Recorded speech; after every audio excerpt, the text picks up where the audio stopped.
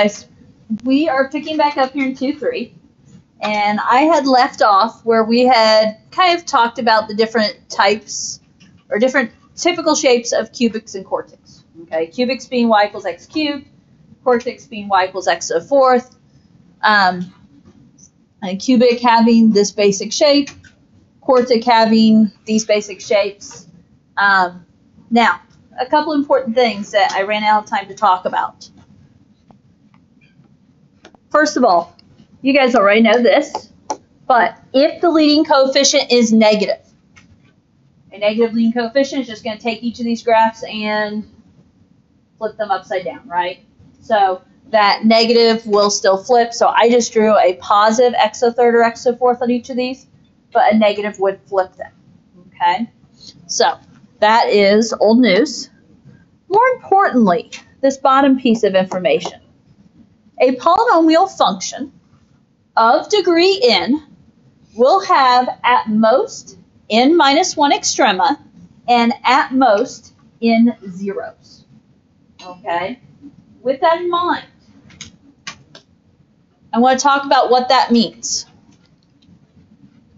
So right here, a polynomial function, degree n, so whatever degree it is going to have at most n minus 1 extrema and at most n zeros. Okay? Let me do an example here.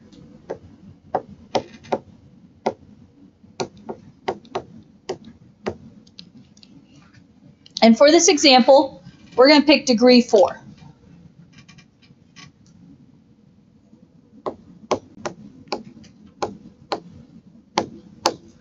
So, a function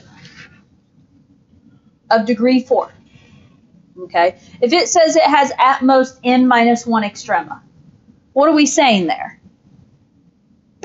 N being 4, so 4 minus 1, or in other words, at most, 4 minus 1 is 3 extrema. And keep in mind that is at most. And at most n zeros. So that would be how many zeros? That would be 4 zeros. Okay? So,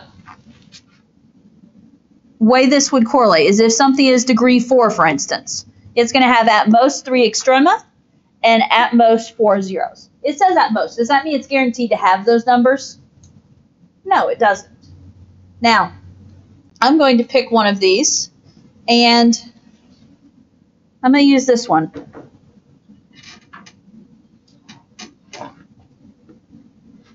Okay. If you had, say, the x-axis here on this one that kind of looks like a W, okay, how would this hold true? This is degree 4, yes. It says there's at most 3 extrema. Do you see 3 extrema? What are extrema? Mins and maxes. And there would be 1, 2, 3 mins and maxes, yes? And then at most 4 zeros. Well, if this blue line replicates the x-axis, remember a 0 is where the graph crosses the x-axis, how many zeros would I have? 4. There would be 4. Now, that's a case of the most. Am I guaranteed to have that many? No. If we go back to this original one and I were to draw the line, am I going to have 3 extrema? No, there's only 1 min here, isn't there? So I wouldn't have 3 extrema. Could I have 4 zeros? No. If I have the x-axis crossing there, it's only at most going to cross the x-axis twice. Okay? So this is just kind of the max. Okay? A degree 4 could have up to 4 zeros and 3 extrema. Those numbers also could be less. Okay? So that's a rule just to kind of keep in mind. I'm going to write on here with this example, there are 4 zeros. And then there's a min, another min, and a max. Okay? But just trying to help you understand the rule there. There can be up to that many, but there won't necessarily be exactly that many. Okay? Okay, turn the page when you're ready.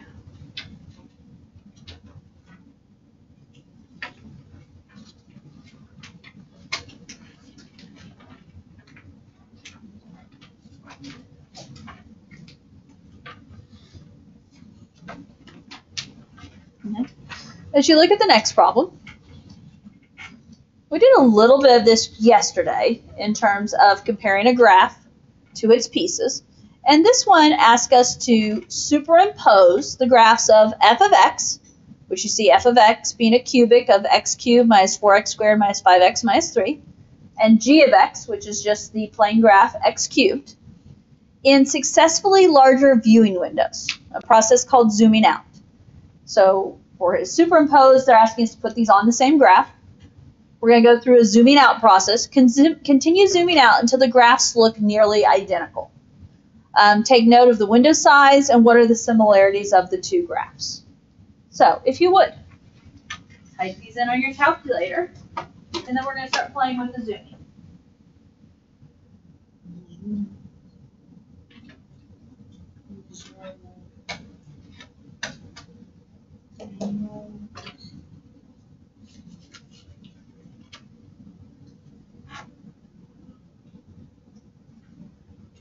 So I made one of my graphs, x cubed minus 4x squared minus 5x minus 3, and made my other graph, x to the third. I'm going to start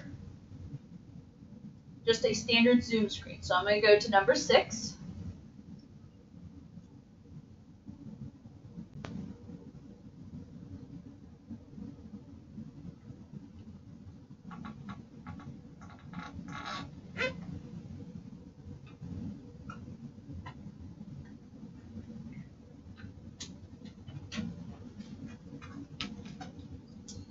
We have them typed in.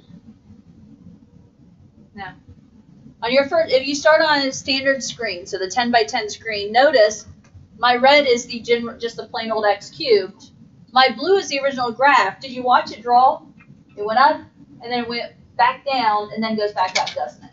Okay. Yeah. Right now at this screen, do they look much alike? No. No. Okay. Now, this doesn't work great, but we're just going to zoom out. So I'm going to go to my zoom menu. If you haven't already, I'm just going to go to number 3, zoom out. Remember, when you hit it, it doesn't zoom out immediately. You have to tell it where you want to zoom out.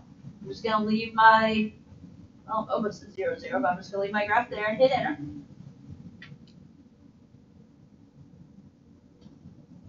Okay. Now I can see my full blue graph, can't I? Yeah. They have a similar shape. Okay. The blue one has that big old minimum, though. Okay, do they look alike yet? No. Not really. So what am I going to tell you to do? Zoom out. Zoom out again. No. Nope. Not yet. One more. One more, you think? One more. Okay. And to me, they look pretty similar here, don't they? The problem is the way the calculator chooses to zoom out, it makes it a little hard to see because it's zoomed out so wide. They look very similar. Depending on your calculator, I think you guys are pretty much using the color ones. But you can see there in the center, they're slightly different, aren't they? Yeah. So they're saying if I zoom out again, Just See, it's negative 640 to 640 on y and x. if you watched them draw, they basically look like little lines, right? That's about all that it looked like.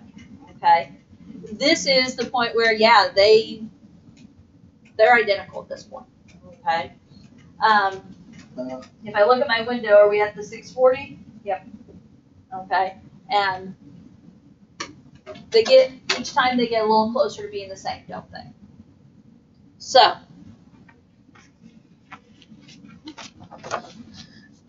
okay, couple of things. What am I going to write down here? So I am going to kind of write out that my original graphs. The first one looks like this, right? The other one, while it's going up and looking very much the same, it also does a big old dip there. Okay. What happens though, the more you zoom out, the straighter they get, and the more they look alike, they look on top of each other, don't they?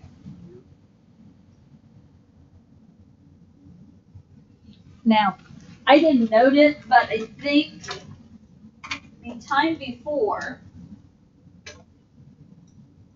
when they were almost the same, but you could still see a slight difference, we were at 160s, okay? And that was something that I noted in mine, is that at 160, because it says take note of the window size when they look nearly identical. So for me, I commented that they were very similar.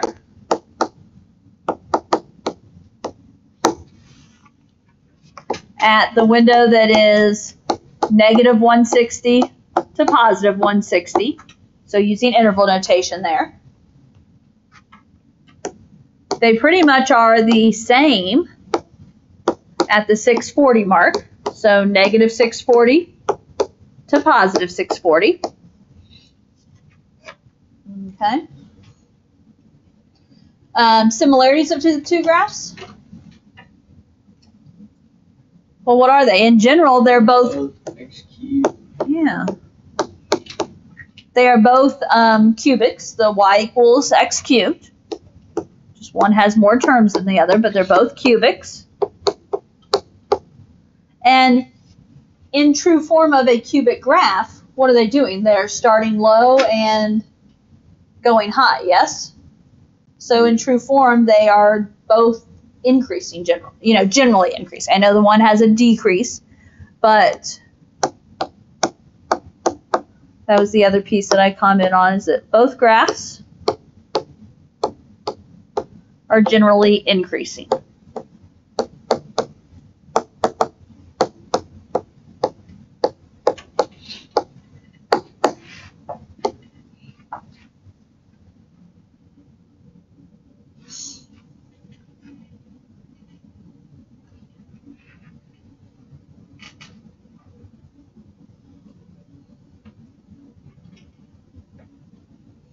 Okay.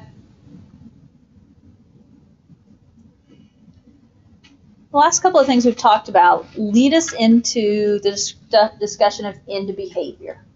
Okay. I just taught end behavior in Algebra 2 not too long ago, so we did see end behavior last year about this time. End behavior, what the function is doing as x approaches infinity. So what is the function doing as it goes to the left? And what is it doing as it goes to the right? Is it going up to infinity? Is it going down to negative infinity? Or is it just following an axis off to the left, following along 0 or something? Excuse me. So when looking at a graph, we can describe a function's end behavior based on where it is going as x gets infinitely large or infinitely small. We use the idea that like as x approaches infinity, y approaches positive or negative infinity last year.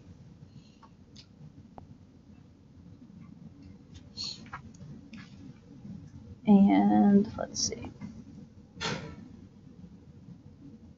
Make that a little bit bigger so I can see it there. Okay, so there's a chart here to kind of help you. For any polynomial function f of x, the limit as x approaches infinity of f of x and limit as x approaches negative infinity of f of x are determined by the degree n of the polynomial and its leading coefficient. So we talked last year about if the degree is even or odd. And we also talked about if the leading coefficient is positive or negative. Okay. The idea here, these first two examples talk about if n is odd. So when we're talking about that, this is when the degree is odd.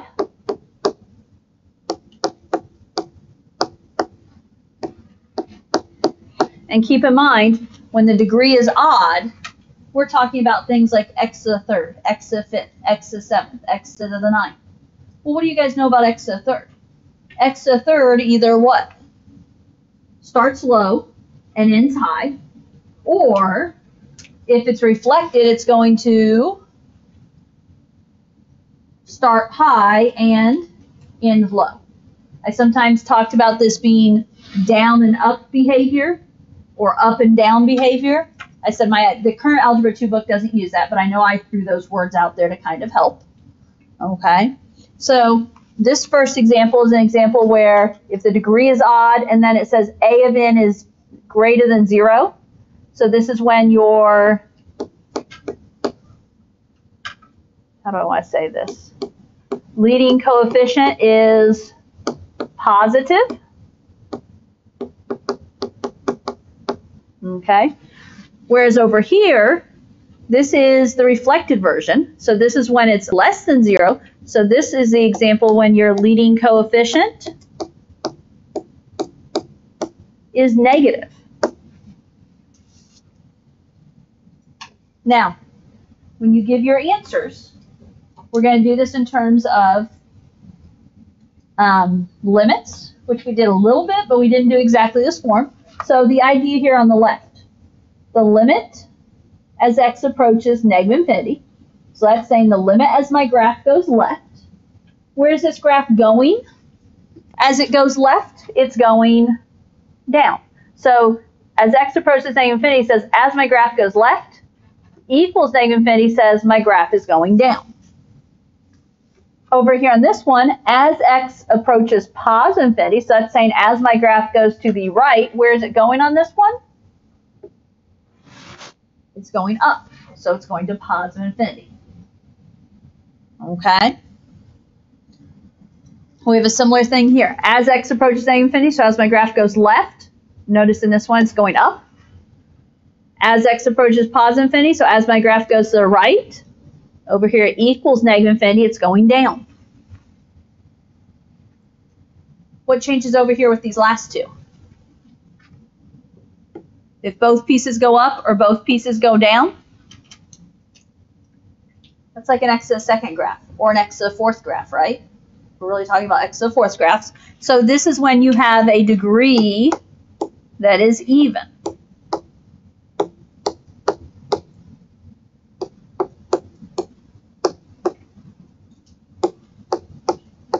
Okay. What's happening in this first one? If both pieces are going up, the degree is even, and what do we know about the leading coefficient? It is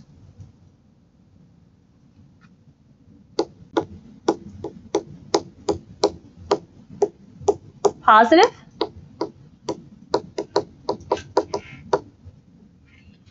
What happens when they're both going down? Negative. Yeah, there's a negative out front, and now your leading coefficient is negative.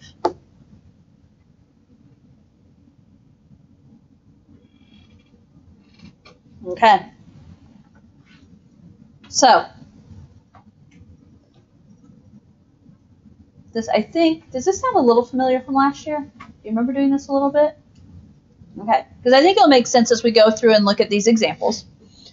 They ask us to graph this polynomial in a window showing its extrema and 0 and its end behavior. And then we're going to be asked to describe its end behavior using limits, but we're also going to talk about its extrema and zeros. So extrema, zeros, end behavior. So, if you will, start off by graphing that first one.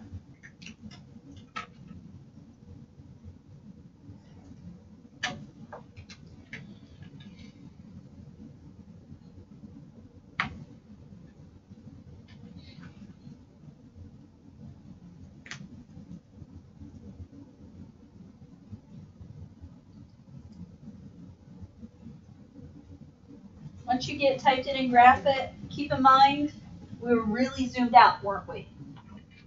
So what should you do? Zoom 6 to get you started? You can always adjust from there, but I always go back standard screen anytime my graph doesn't look right.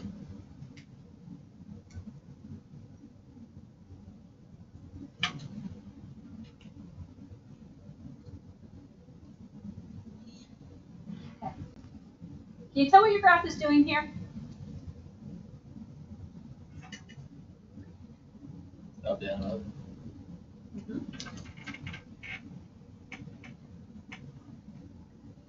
Okay. If I might zoom out once. If I zoom out once, that might give you a little bit better display, right, of what it's doing. Now,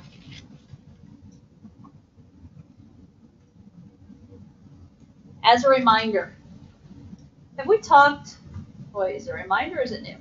Have I taught Z-Box in here? No. I'm getting mixed emotions. Okay. It might have been one of those I threw in at the end of the class one day too, real quick, and we ran out of time. Okay. Not that we have to have it here, because we can tell what this graph is doing, right? It looks like a cubic. It's coming from the bottom. It's going up, doing a U-turn, doing another U-turn. It's going up. Z-Box, let me use this opportunity, is a good way to get a good view of a graph, okay? I have it zoomed out here, but I kind of want to see it zoomed in a little bit more. So if you go into Z-Box, let me show you, because it's just a good one to have. It's a good tool to use. Z-Box is number 1, yes? I'm going to hit enter. And what I'm going to do is I'm going to move my cursor, and I'm basically going to draw a box around what I want to zoom in on. So I kind of want the main part of that graph. So I'm going to put my cursor up here. I'm putting mine in the top left. I'm going to hit enter. Once I hit enter, it puts that cursor there. And now I'm going to draw a box. I'm going to go to the diagonal corner of that box. And I'm going to hit enter again. And now it's going to zoom in on whatever I had in my box.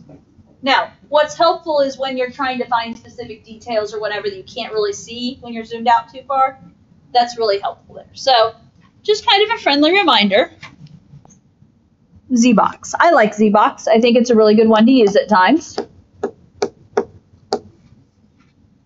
I do feel like I maybe tried to teach it quickly one day, but I said quickly. Natalie, you look like you remembered me saying something about it, so. Okay, guys. First of all, while we're here, because it said to graph it in a window showing its extrema and zeros. So let's talk about that vocab. How many extrema does this graph have? 2. You guys agree with them? Yeah. It has 2 extrema, doesn't it? There's 2 extrema because there is a min and a max. Okay. So there's 2 extrema. How many zeros does this graph have? 3. 3? Because what are zeros? Anywhere across the x-axis. Okay, any place it crosses the x-axis. And how many times does it cross the x-axis? 3. 3 times. Now, do those answers make sense? Yes. What is the highest power? What is the degree of this problem? 3. It's a degree 3. And if you recall, they were going to, a degree 3 should have at most 3 zeros, so n zeros, and n minus 1 extrema, so 1 less extrema. So a degree 3 can have up to 3 zeros and 2 extrema. Okay, let's see. The graph was basically, I'm just a sketch of the graph, just basically showing it was that shape there. Now, here's the key. Describe in behavior using limits. So when they ask you to do that, there's 2 things we're going to write. I'm going to do the limit as x approaches negative infinity of f of x, and we're going to answer that, and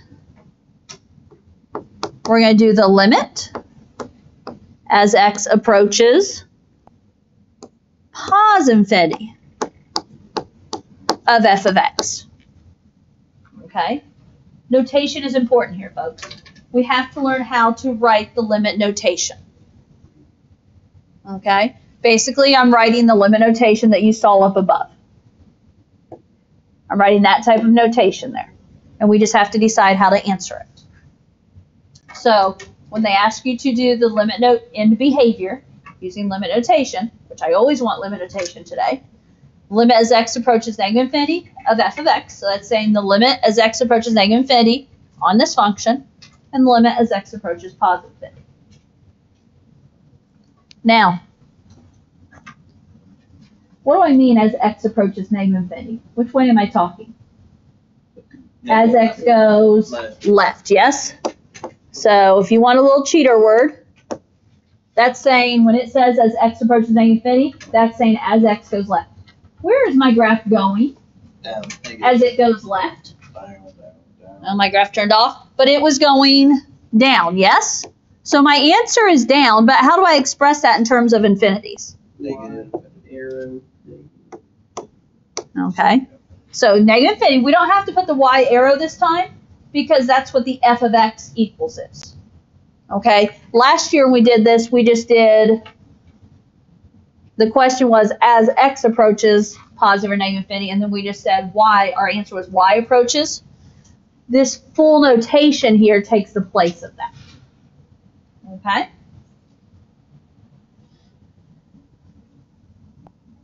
Now the other question. The limit as x approaches positive infinity of f of x. The limit as x approaches positive infinity is asking me what? X approaching positive infinity means as the graph goes to the Right. to the right. X getting bigger is to the right. What does my graph do on the right? It's going where? Up. How do you say up? Up is positive infinity, yes? So you're approaching positive infinity.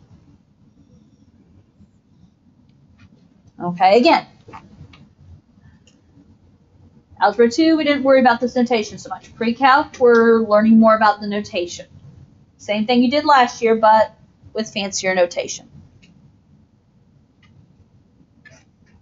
Questions there?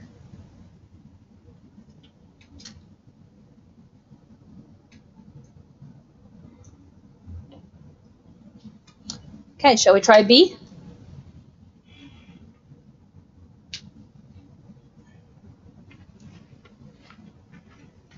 Try B. Type it in.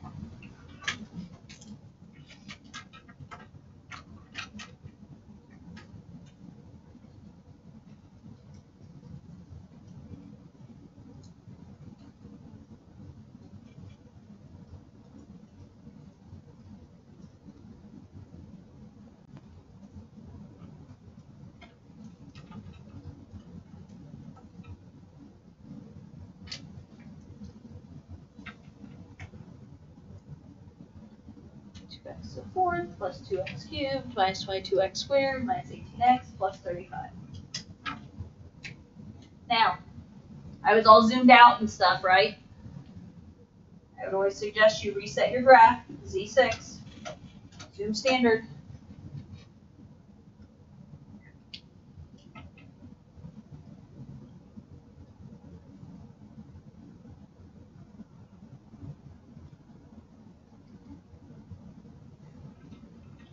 Okay. Can you see what your graph's doing?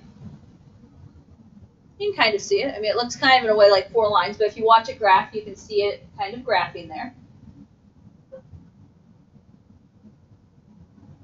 Okay. I would encourage you to zoom out a little bit so you can see it better. So if I go to zoom out, I can do zoom out.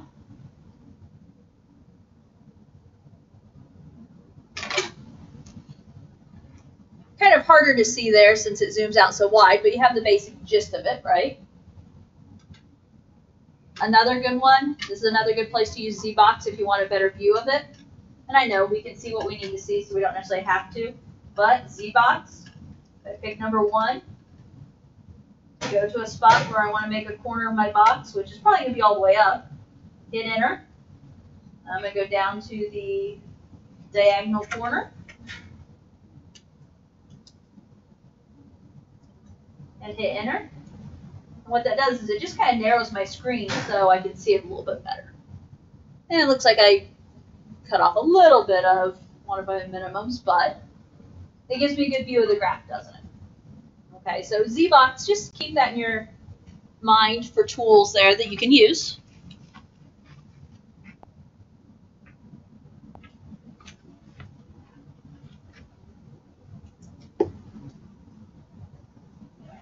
Okay, let's go through and talk about some of this. How many extrema do you have here? 3. Dark. 3 total extrema.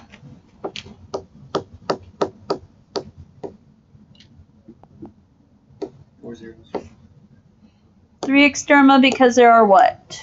2 mins, 1 max. And there are how many zeros? 4. 4 zeros. My graph does cross the x-axis 4 times. Does this all make sense? It does. It's a 2x to the 4th, right? Okay. And in fact, because it's 2x to the 4th, I knew both of my ends were going to go up. I knew it was going to be up and up because it's even here. Okay. Can you write your limit? So we're going to have to answer.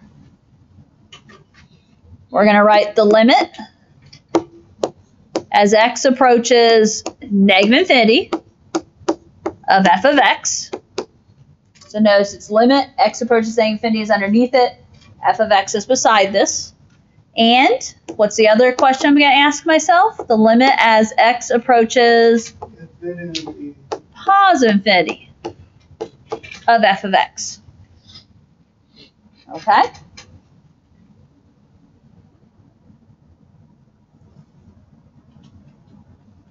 So what's this first one asking?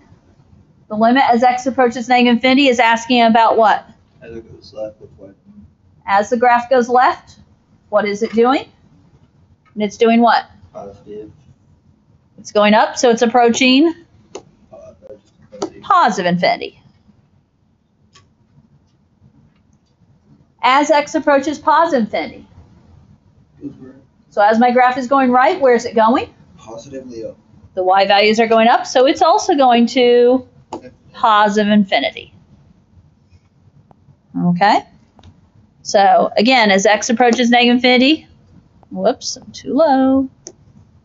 That's left. Positive infinity when it equals is going up. As x approaches positive infinity here is to the right. And this one was also going up. Okay, I don't know, maybe you don't need the left, right, up, down as much as you did last year, but okay. Same thing we did last year. Limit notation though, fancier notation.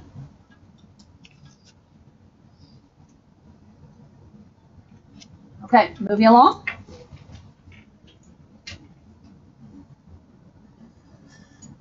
Okay, in this next section, we're going to talk, that's what we just did, isn't it? I obviously thought I was going to use the next page for that. Never mind. Okay. Example 5. In this next section, we're going to talk about finding zeros, and we're going to talk about it in terms of algebraically, graphically, different things here. So this first one asks us to find the zeros algebraically. So this is not a look at the graph. This is an algebraically. What do we mean zeros? Setting something equal to 0. Or where it crosses x at 0. Okay. So So x is equal to 0. zeros are your x-intercepts, right? X-intercepts, they're also essentially your solutions here. They're your solutions of the graph, because when do x-intercepts happen? X-intercepts happen when y is equal to 0. So basically, we're going to take this equation, set it equal to 0. We're going to remove the f of x, set it equal to 0. So I'm going to have x cubed minus x squared minus 6x and set equal to 0. Thoughts of how to solve this? You could take a GCF of x out. Okay. And then we have x squared minus x minus 6. Okay. So notice they all have an x in common. Factor out an x. Now notice I said factor out an x, yes? Can I divide the x away and get rid of it? No. No, because then you'd be throwing away an answer. This x right here represents one of my answers. Okay? So if I factor out the x, I'm left with x squared minus x minus 6 still equals 0. Is it set up for factoring? Unfortunately. Now, don't lose the x out front. Lose it. And then 2 parentheses, x squared breaks into x times x. What numbers work for us if they multiply to be -6 and add to be -1? 3, 2. -6, -1. -3, +2. Okay. -3, +2. And set everything equal to 0. The x. Okay. So we have 3 factors here. Set each factor equal to 0. X equals 0. X minus 3 equals 0. X plus 2 equals 0. What do I have in the way of solutions? 0, -2, and 3. Okay. 0, 3, and -2 is the order I have mine in. Order doesn't matter here, does it? Yeah. Okay. They asked me to find the zeros. Those are finding your x-intercepts. Okay, x-intercepts happen when y equals 0. Don't divide the x away. You divide the x away, you're dividing an answer away.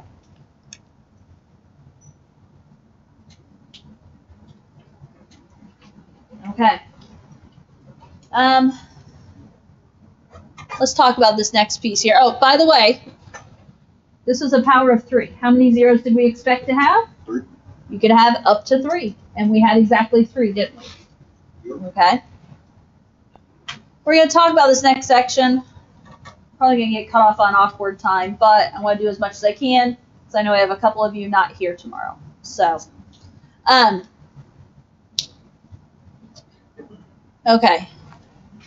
I think I'm missing a piece here, aren't I? Aha, there we go. It is possible to have what are called repeated zeros. Okay, if the multiplicity, or in other words, the exponent of a 0 is 2 or greater. This occurs if something can factor down into a quantity, squared, cubed, etc. So, for instance, x cubed plus 4x squared plus 4x. It would factor into x times x plus 2 plus x plus 2. Okay, so this would have something called a repeated 0 at x equals -2. Okay, anytime there's a power other than 1, it's a repeated 0. Now, the graph just behaves slightly different at that point. Okay, so when this occurs, the graph many simply times touches instead of crosses, creating the 0, and that's how we get these W's and stuff. Okay, if the power, or in other words, the multiplicity is even, so like here, this 2 being even, the graph will simply touch. In other words, it won't actually cross through the x-axis. It'll touch and go back where it came from. If the multiplicity, so the power, is odd, then the graph will still cross, but the higher the multiplicity is, the more it kind of flattens out. It doesn't just cross through. It might kind of jog a little bit through and kind of flatten out. And you'll see that in the example. There's still zeros. Okay? Anytime your graph touches that x-axis, whether it crosses through it or not, it still falls into a 0. Now, when we look at this example, they're asking us to state the degree, list the zeros, state the multiplicity of each 0, and whether the graph crosses the x-axis at the corresponding x-intercept. So whether it crosses or whether it touches. And then we're being asked to sketch the graph. So, well, yes, you could do this on the calculator. We're going to look at all the pieces and try and put it together that way. And then we'll use the calculator to verify itself. And I don't know, there's just no good place to stop this, so I'm just going to have to start at the beginning of this problem tomorrow. Okay? But several things going on here. We'll go through this example tomorrow. Okay? Example 7, zooming to uncover hidden behavior, says find all the real zeros. That one, that's using the calculator to find your zeros. Okay? And then example 8, we'll talk about how to write a cubic function given zeros. We did something similar to that last year in Algebra 2 as well. Okay, so there will be a video tomorrow to help those of you that are gone.